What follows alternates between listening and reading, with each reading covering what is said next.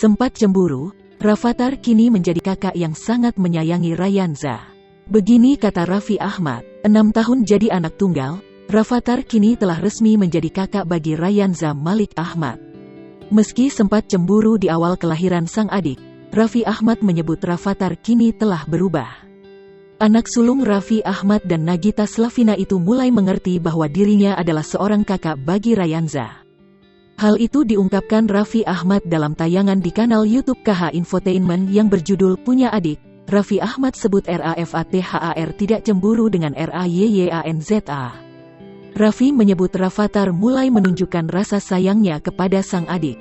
Alhamdulillah sih awalnya Rafathar masih cemburu-cemburu. Tapi sekarang ternyata dia sayang banget sama Rayanza, kata Raffi Ahmad dikutip Tribun Style Kamis tanggal 6 Januari tahun 2022. Keseharian Rafathar pun mulai berubah semenjak ia menjadi sang kakak. Menurut Raffi, putra sulungnya selalu menghampiri Rayanza sebelum melakukan aktivitas.